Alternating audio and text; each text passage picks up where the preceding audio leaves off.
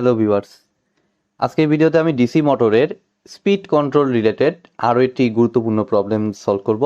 তবে ভিডিওটি শুরু করার আগে আমি অবশ্যই বলবো, যারা আমার চ্যানেলে একদম নতুন তারা আমার প্লেলিস্ট থেকে ডিসি মোটরের উপর আগের বেসিক ভিডিওগুলো একটু দেখে আসুন। বিশেষ করে ডিসি মোটরের স্পিড কন্ট্রোল রিলেটেড যে প্রবলেমগুলো আমার আছে সেই প্রবলেমগুলো অবশ্যই আপনারা দেখে আসুন, তাহলে আপনাদের বুঝতে সুবিধা হবে। তো আজকে একটা প্রবলেম আমি দিয়েছি। তো এই প্রবলেমটি দেখুন, বলছে এক্সাম্পল 30.16 থেরেজার বইয়ের, এবং বলছে যে 220 ভোল্ট ডিসি শান্ট মোটর, এটার armature resistance 0.4, field resistance 200 ohm. এটা আমার 22 অ্যাম্পিয়ার আর্মেচার কারেন্ট নেয়, আর সেই অবস্থায় এটা 600 আরপিএম এ চলে। এখন it drives a load whose torque is constant, অর্থাৎ কনস্ট্যান্ট লোড টর্ক। এটার মানে বলছে, তো suggest a suitable method to raise the speed to 900 RPM, অর্থাৎ স্পিডটা রেইজ করতে হবে। Calculate the value of the controllable parameter, অর্থাৎ স্পিডটা রেইজ করতে হবে আমার, স্পিডটা রেইজ করতে হবে টর্ককে কনস্ট্যান্ট রেখে। তো এই টাইপের প্রবলেমগুলো অ্যানালাইসিস করার জন্য আসলে আগের প্রবলেমগুলো আমাদের ভালো মতো বুঝতে হবে। এই যে যেমন 30.1 থেকে 15 পর্যন্ত এক্সাম্পলগুলো আমি করেছি, তো প্রত্যেকটা ম্যাথ করার সময় একটু খেয়াল রাখবেন যে এখানে দেখুন যে স্পিডটা বেশি হয়েছে। স্পিডটা বেশির জন্য আমরা কোন কন্ট্রোল প্যারামিটারটা আমরা চেঞ্জ করেছিলাম। হঠাৎ করে এরকম একটা কোশ্চেন দিলে আমরা যদি প্রবলেমগুলো ঠিকঠাক মতো বুঝে বুঝে না করি, তখন এগুলো কঠিন হয়ে যায়। প্রত্যেকটা ম্যাথ করার সময় খেয়াল করবেন, যেমন গত ভিডিওতে আমি যে 30.15 এক্সাম্পলটা করেছিলাম, সেখানে কিন্তু আমার স্পিডটা এরকম বাড়তি এসেছিল, এবং আমরা চেঞ্জ করেছিলাম বেসিক্যালি আমাদের ফিল্ড রেজিস্ট্যান্স। কেন এগুলো একটু মাথায় রাখাটা ভালো, কারণ আগের প্রবলেমটাতে দেখুন 30.15 কিন্তু মেনশন করে দিছিল, বাট এখানে কিন্তু মেনশন করা নাই যে কোন প্রসেসটা আপনি অ্যাপ্লাই করবেন। আপনি আপনি তো রেজিস্ট্যান্স ফিল্ডেও অ্যাড করতে পারেন, আপনি চাইলে আর্মেচারেও অ্যাড করতে পারেন, তো আপনি অ্যাকসেপ্ট করবেন কোনটা? তো সেইটার জন্যই বেসিক্যালি আমাদের এই জিনিসগুলো অ্যানালাইসিস করা প্রয়োজন। ঠিক আছে, সো আমি গত ক্লাসের অনুযায়ী আমি ওই থিওরি অনুযায়ী আমি দেখুন কাজ করতেছি।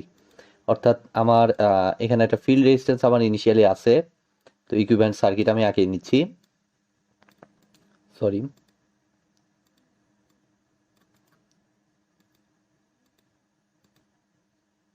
ইকুইভ্যালেন্ট সার্কিট আঁকানোর জন্য আমাদের এখানে একটা রেজিস্টর, আর্মেচার রেজিস্ট্যান্স, এবং সেই অনুযায়ী এটা ব্যাক ইএমএফ।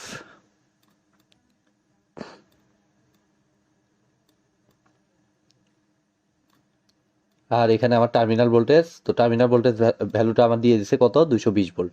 যে ভ্যালুটা এটা দেওয়া থাকে আমরা জানি যে এটা বাই ডিফল্ট টার্মিনাল ভোল্টেজ, তাহলে এটা 220 ভোল্ট। আর রেজিস্ট্যান্স আমার কত, armature resistance 0.4।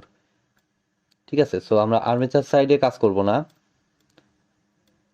Armature resistance add করে আমার লাভও নাই খুব একটা, কারণ আর্মেচার রেজিস্ট্যান্স অ্যাড করলে এই যে স্পিড বাড়ানোর ক্ষেত্রে আর্মেচার রেজিস্ট্যান্স কেন চেঞ্জ করব না, দেখুন আর্মেচার রেজিস্ট্যান্স যদি চেঞ্জ করি তাইলে আমার এই ড্রপটা বেড়ে যাবে। ঠিক আছে, আর ড্রপটা বেড়ে গেলে ব্যাক ইএমএফ কমে যাবে, আর ব্যাক ইএমএফ কমে গেলে আমাদের স্পিডটা কমে যায়। ঠিক আছে, বাট এখানে কিন্তু আমার বাড়তি স্পিড চাইছে, যার কারণে আমাদের আর্মেচার সার্কিটের রেজিস্ট্যান্স অ্যাড করে আমার বাড়তি স্পিড পাওয়া সম্ভব না। সেই কারণে আমরা ফিল্ড সার্কিটেই কাজ করব। ঠিক আছে, এই জন্যই বলতেছি যে প্রবলেমগুলো অ্যানালাইসিস করাটা গুরুত্বপূর্ণ। এভাবে হুট করে আপনি কিন্তু ধরতে পারবেন না সহজে, সেজন্য আমাদের প্র্যাকটিসটাও ইম্পর্টেন্ট। 200 ওহম, তাইলে আমাদের এই এই যে এখানে যে ডাটা, সেটার মাধ্যমে আমি দেখুন 220/200, এই যে 200 ওহমের অ্যাক্রসে ভোল্টেজ 220, তাহলে এই কারেন্টটা আমরা পেয়ে যাচ্ছি কত, জাস্ট আমরা একটু ক্যালকুলেটর হিসাব করি। 220/200, 1.1 অ্যাম্পিয়ার। এটা আমরা পেয়ে যাচ্ছি, দেখুন সুন্দর একটা ভ্যালু, 1.1 অ্যাম্পিয়ার। ঠিক আছে, আর আর্মেচার কারেন্টটা দেখুন 600 আরপিএম, ইনিশিয়াল কেস 600 আরপিএমই, আর 22 অ্যাম্পিয়ার দেওয়া। সো আমাদের এই কারেন্টটা আমার ইনিশিয়াল কেসে এটা হচ্ছে 22 অ্যাম্পিয়ার। তাহলে এই যে ভ্যালুগুলা, এটার রেসপেক্টে যে ইএমএফটা আমরা পাবো, ব্যাক ইএমএফটা, সেটা অবভিয়াসলি হবে আমার ইবি1। ঠিক আছে, এটা বেসিক্যালি আমার হবে ইবি1। তাহলে ইবি1 ইজ ইকুয়াল টু ইবি1 এর ভ্যালুটা আমরা একটু হিসাব করে ফেলি এই ডাটার সাহায্য নিয়ে। তো 220 volt main terminal voltage, input voltage, সেখান থেকে মাইনাস হবে IA1 ইন্টু R1। তাহলে IA1 22, আর R1 হচ্ছে আর এ আর কি, সরি, IA1 আর হচ্ছে RA, তাহলে 22 ইন্টু 0.4। তাহলে এই দুইটা এইটা হিসাব করলে আমাদের একটা ভ্যালু পাবো। সেই ভ্যালুটা আমি একটু লিখতেছি, কত আসে দেখি। 220 মাইনাস 22 ইন্টু 0.4, আমার 211.2 ভোল্ট আসে। তাই 211.2 ভোল্ট লিখলাম, সরি 211.2 ভোল্ট, এটা একটু দশমিক, ঠিক আছে, 211.2 ভোল্ট। দেন আমাদের ইবি টু এ যদিও জানি না, আমার ডাটা নাই, দ্বিতীয় ইএমএফ দ্বিতীয় স্পিডের জন্য 900 আরপিএম স্পিডের জন্য, কই গেল, এই যে 900 আরপিএম স্পিডের জন্য। তাহলে সেক্ষেত্রে টার্মিনাল ভোল্টেজের তো চেঞ্জ নাই, কারণ কোশ্চেনে কোথাও বলে নাই টার্মিনাল ভোল্টেজ চেঞ্জ হবে।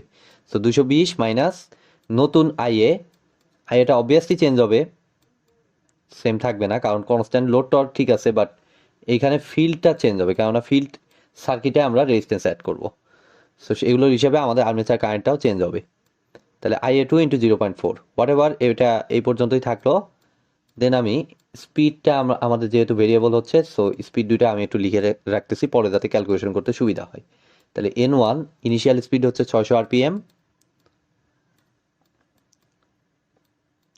আর ফাইনাল স্পিডটা আমার কত, 900 RPM. N2 is equal two 900 RPM.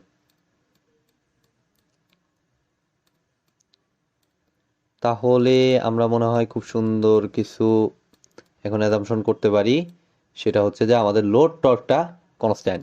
তো সেই ডাটার সাহায্য নিয়ে লোড টর্ক কনস্ট্যান্ট মানে, লোড টর্ক মানে আমরা জানি কি, torque is equal to torque is proportional to phi into IA, অসংখ্যবার দেখেছি, বাট এখানে ফাই বের করার ক্লু নাই। সো ফাই এর সাথে আইএফটা সমানুপাতিক, সো আমরা লিখতে পারি এখান থেকে ফাইটাকে কেটে দিয়ে আমরা কি লিখতে পারি, আইএফ ইন্টু আইএ, ঠিক আছে।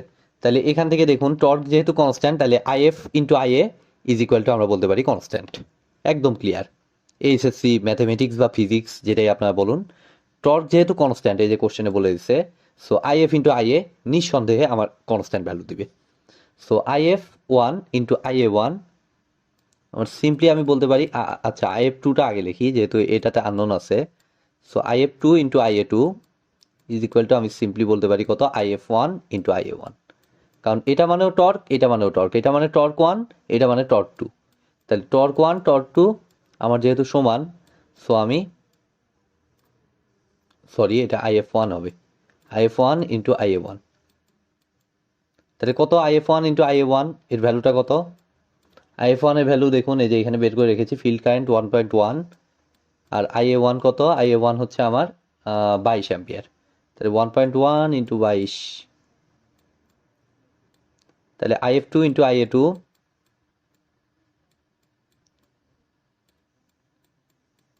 এটার ভ্যালুটা আমার দেওয়া হচ্ছে এটা। তো এটা ক্যালকুলেটর হিসাব করে ফেলি, 1.1 into 22, 24.2, 24.2 volt, 24.2, sorry, IF2 into IA2, সুন্দর ভ্যালু। তো এবার আমরা কি কাজ করতে পারি দেখুন, এবার আমরা ইএমএফ ইকুয়েশনে চলে যাব, অর্থাৎ ইবি ইজ প্রপোর্শনাল টু, আমরা কি জানি, ইবি ইজ প্রপোর্শনাল টু আমাদের phi into N, phi into N, যেহেতু ইএমএফ ইকুয়েশন হচ্ছে phi Z N divided by 60 into P by A, just phi আর এন বাদে বাদ বাকি যে প্যারামিটারগুলো সেগুলা হচ্ছে আমার number of conductors, number of pole, আর নাম্বার অফ প্যারালাল পাথ। যেহেতু সেম মোটর নিয়ে কাজ করতেছি, এই প্যারামিটারগুলো অলওয়েজ কনস্ট্যান্ট, ঠিক আছে। আমরা শুধুমাত্র চেঞ্জ করতে পারবো ফ্লাক্স এবং স্পিড। তো আমাদের ফ্লাক্স অবভিয়াসলি পরিবর্তনশীল, কারণ আমরা ফিল্ডের রেজিস্ট্যান্স অ্যাড করার প্রসেসটা আমরা নিচ্ছি, সো এখানে ফিল্ড কারেন্ট চেঞ্জ হয়ে যাবে। আর স্পিড তো ভেরিয়েবল, এই যে এখানে দেখতেই পাচ্ছেন। সো এখান থেকে আমরা বলতে পারি EB1 ইজ ইকুয়াল টু, আর ফ্লাক্সকে আমি বলছি যে ফ্লাক্সকে আমি রিপ্লেস করবো IF1 দ্বারা, ঠিক আছে, কেননা আমাদের এটা ইয়াতে আসতেছে। তাহলে যেহেতু আমাদের ফিল্ড কারেন্ট জানা, so EB1 is equal two K1 into IF1 into N1। So এখান থেকে মনে হয় আমরা EB1 এর সুন্দর, EB1 এর ভ্যালু জানা আছে 211.2, K1 এর ভ্যালু বের করে ফেলতে পারি এখান থেকে। ঠিক আছে, K1 ইন্টু IF1 এর ভ্যালু কত 1.1, আর N1টা আরপিএম আছে, আরপিএমই রাখবো, এসআই ইউনিটে আছে সেই অনুযায়ী আমরা N2 পরে সিনক্রোনাইজ করব। ঠিক আছে, এটাকে আর চেঞ্জ করব না, জাস্ট 600 হিসেবেই রাখবো। দেন আমরা দেখি K1 এর ভ্যালুটা কত আসে, একটু ক্যালকুলেটার ইউজ করব এখন। 211.2 ডিভাইডেড বাই 1.1 ডিভাইডেড বাই 600, 0.32 আসতেছে, যা আসলো। তো EB1 is equal to যেমন K1 into IF1 into N1, so EB is proportional to phi n, so EB2 এটার ভ্যালু আসবে আমার K1 কনস্ট্যান্ট কিন্তু সমানুপাতিক, এটা যেহেতু সমানুপাতিক ধ্রুবক, সো এটা যা আছে তাই, জাস্ট এটা IF2 আর এটা N2 হয়ে যাবে।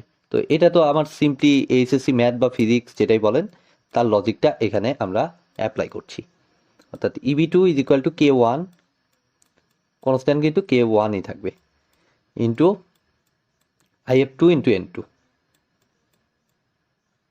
তো এখন আমরা ভ্যালু ইউজ করব, আগের ভ্যালুগুলো। ঠিক আছে, কিছু আমাদের প্রতিস্থাপন আছে, সেই কাজগুলো করব। তো EB2 এর ভ্যালু দেখুন, এই যে এইখানে আমি একটা ভ্যালু রেখে দিছি, এইটাকে ইউজ করব। ঠিক আছে, তাই 220 minus IA2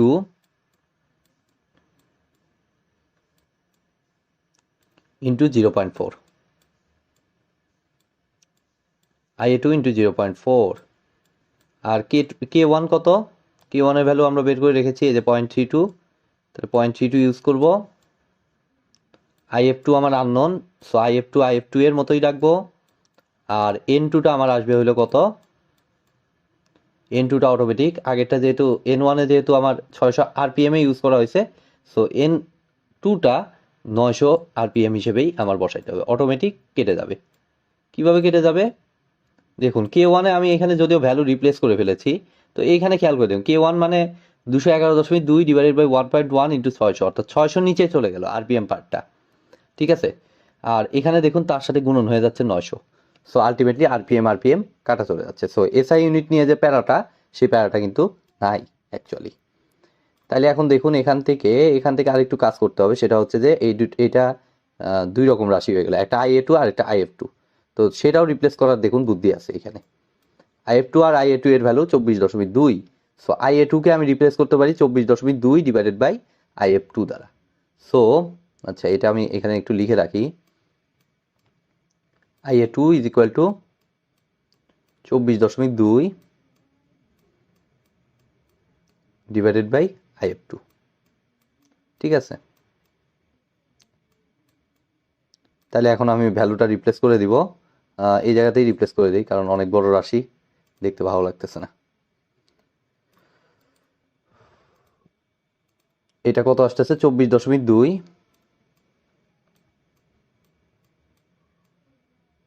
divided by IF2। তো আমি এখানে ক্লিয়ারলি দেখতে পাচ্ছি এটা আমার একটা দ্বিঘাত সমীকরণ তৈরি করবে, কারণ IF2 দ্বারা সবগুলোকে গুণ করলে IF2 এর উপর স্কোয়ার, এটাতে আসে IF2 এর উপর স্কোয়ার, এটাতে IF2 আসে, আর এটাতে জাস্ট কনস্ট্যান্ট আসে। সো আমি সরাসরি ক্যালকুলেটারের মাধ্যমে IF2 এর ভ্যালুটা এখান থেকে বের করব।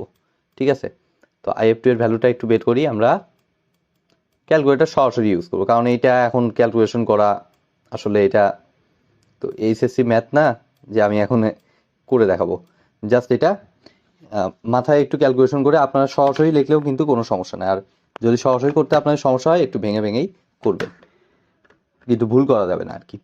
তো আমি একটু মাথায় ক্যালকুলেশন করেই দেখুন করার চেষ্টা করছি। IF2 দ্বারা এটাকে গুণ করলে তাহলে 0.32 ইন্টু 900, এটা হচ্ছে IF2 স্কোয়ারের সহগ, আর IF2 এর সহগ আমার আসতেছে -220, আর কনস্ট্যান্টটা আমার আসতেছে +24.2 ইন্টু 0.4, তাহলে মোটামুটি আমার ভ্যালু আসতেছে 0.717, একটা দুটো ভ্যালু আসে দ্বিঘাত সমীকরণ যেহেতু, 0.717 অ্যাম্পিয়ার। আরেকটা ভ্যালু কত আসে 0.0468, নিঃসন্দেহে দুটোর ভিতর একটা অ্যাকসেপ্টেবল এবং আরেকটা বাদ যাবে। তো আমি ক্লিয়ারলি বলে দিতে পারছি যে এখানে দ্বিতীয় যে ভ্যালুটা এটা বাদ যাবে। এত গ্যারান্টি নিয়ে আমি কিভাবে বললাম দেখুন, জাস্ট অ্যানালাইসিস, সিম্পল এই জায়গার ভিজুয়াল অ্যানালাইসিস। এখানে খেয়াল করে দেখুন আমাদের ইনিশিয়াল আইএ, এটা কিসের ভ্যালু? আইএফ এর ভ্যালু। তো ইনিশিয়াল আইএফ এর ভ্যালু আমরা পেয়েছিলাম 1.1 অ্যাম্পিয়ার। তো যেহেতু রেজিস্ট্যান্স এখানে অ্যাড করতে হবে, অবভিয়াসলি আমার কারেন্ট কমে যাবে। ঠিক আছে, রেজিস্ট্যান্স অ্যাড করতেছি যেহেতু, তো কারেন্ট কমে যাওয়াটাই স্বাভাবিক। এখন কমে একদম 0.0468-এ নামায় ফেলবে মাত্র এইটুকু চেঞ্জের কারণে, 600 থেকে 900 আরপিএম চেঞ্জের কারণে। এটা পসিবল? Is it possible? কখনোই পসিবল না। সেই কারণে সেইখান থেকে সামান্য কিছু চেঞ্জ চেঞ্জ চেঞ্জ ভ্যালু আমি দেখতে পাচ্ছি এটা, তার মানে এটা গ্রহণযোগ্য হবে, এটা গ্রহণযোগ্য হবে না। এটা আপনি লজিক্যালি বলে দিতে পারেন, অথবা আপনি আরেকটু লজিক দিতে পারেন, আরেকটু অ্যানালাইসিস করে। এই যে IA2 এর ভ্যালুটা আপনি বের করে দেখতে পারেন, আপনার IA2 এর ভ্যালু কত আসে। জাস্ট যদি আমি ভুল ভ্যালুটাই ইউজ করতেছি, 0.0468 যদি ইউজ করি, IA2 এর দেখেন অনেক বিগ একটা ভ্যালু আসে। আমার IA2 এর ভ্যালুটা প্রায় আসে এই যে উপরের ইকুয়েশন এখানে ইউজ করতেছি 24.2/IF2, এখানে যদি এটা বসায় দেই আমার প্রায় 517 অ্যাম্পিয়ার আসে।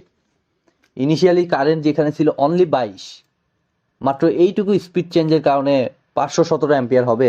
এটা কি পসিবল? আর 517 অ্যাম্পিয়ার মানে এখানে ড্রপটা আপনি দেখুন, তার থেকেও ভালো অ্যানালাইসিস দেখুন। 517 অ্যাম্পিয়ার আমার আসলো, এর সাথে 0.4 গুণ করলে এই ড্রপটা পেয়ে যাই, 206 ভোল্ট ড্রপ হয়। ঠিক আছে, এটা কি পসিবল? 206 ভোল্ট, 220 ভোল্ট এখানে, আর আর্মেচারের মধ্যেই 206 ভোল্ট হলে আপনার আউটপুট কি মোটরের কিন্তু কোনো আউটপুটই নাই। সো সেই হিসাব করে আমাদের অবশ্যই 0.0468টাকে বাদ দিয়ে দিতে হবে। এইভাবে একটু অ্যানালাইসিস করে আপনার নিজের ভাষায় এটা লজিক্যালি বলে দিতে হবে। এখন আমার লাগবে কি কন্ট্রোল প্যারামিটার, এটার ভ্যালুটা চাইছে, মানে কি চেঞ্জ করবেন। তো আমি তো প্রথমেই ডিসিশন নিছি আমি ফিল্ড রেজিস্ট্যান্সটা চেঞ্জ করব। তো আমি কত পাইলাম কারেন্টটা, নতুন কারেন্ট 0.717। তাহলে নতুন আর ইকুইভ্যালেন্টটা আমি কত পাই সেটা একটু দেখি। নতুন অবশ্যই সেটা 200 ওহম থাকবে না। সো নতুন আর ইকুইভ্যালেন্ট ইজ ইকুয়াল টু আমার আসতেছে, দেখুন টার্মিনাল ভোল্টেজ এই 220ই, আর নতুন কারেন্ট আমি কত পাইলাম 0.717।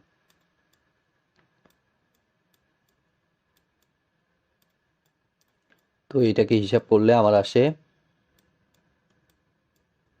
220 ডিভাইডেড বাই 0.717। ক্যালকুলেটার হিসাব করতেছি, 306.83। যদিও বইতে এটা 307 ধরছে, আমরা 306.83ই লিখে দেবো। রেজিস্ট্যান্সে তো আর দশমিক ভ্যালুতে সমস্যা নাই, এটা তো প্র্যাকটিক্যাল রেজিস্ট্যান্স না যে এইটাই হুবহু আমার লাগবে। সো এইটাকেই অ্যাকসেপ্ট করব, এত ওহম। তাইলে এখান থেকে জাস্ট দেখুন আগে ছিল 200 ওহম, এখন হচ্ছে 306.83 ওহম। তাহলে অবভিয়াসলি আমার রেজিস্ট্যান্স বাড়াইতে হবে, মানে রেজিস্ট্যান্সটা সিরিজে অ্যাড করতে হবে। সো রেজিস্ট্যান্স সিরিজ নাকি প্যারালাল এটাও কিন্তু বলে দিতে হবে কোশ্চেনে, তা নাহলে অ্যান্সারটা কিন্তু ইনকমপ্লিট থেকে যায়। ঠিক আছে, সো এইটাকেও বলে দিবেন। আমার অ্যাডিশনাল রেজিস্ট্যান্স লাগতেছে আর পরিমাণ আমি মনে করলাম, এবং সেটা বেসিক্যালি হবে যেহেতু ভ্যালু বেড়ে গেছে মানে সিরিজে অ্যাড করতে হবে, এবং সেটা হবে আমার আগের রেজিস্ট্যান্স 200, ওইটা থেকে আর ইকুইভ্যালেন্ট থেকে বাদ দিলে আমাদের দেখুন 106.83 ওহম হয়। তো বইতে এটা 307 করার কারণে এখানে আমার 107 রেজাল্ট বইতে দেওয়া আছে। সো সমস্যা নাই, আমরা এটাই নিলাম। তো এটা হবে আমার অ্যান্সার। ঠিক আছে, calculate the value of the controllable parameter, এই যে সেই কন্ট্রোলেবল প্যারামিটারের ভ্যালুটা, এতখানি রেজিস্ট্যান্স অ্যাড করতে হবে, ভেরিয়েবল রেজিস্ট্যান্স। তো এই তো আজকের মতো ভিডিওটি এ পর্যন্তই। ভিডিওটি যদি ভালো লেগে থাকে অবশ্যই ভিডিওটা একটি লাইক দিবেন, বন্ধুদের সাথে বেশি বেশি শেয়ার করবেন, আর চ্যানেলে নতুন হয়ে থাকলে অবশ্যই চ্যানেলটি সাবস্ক্রাইব করবেন। ধন্যবাদ।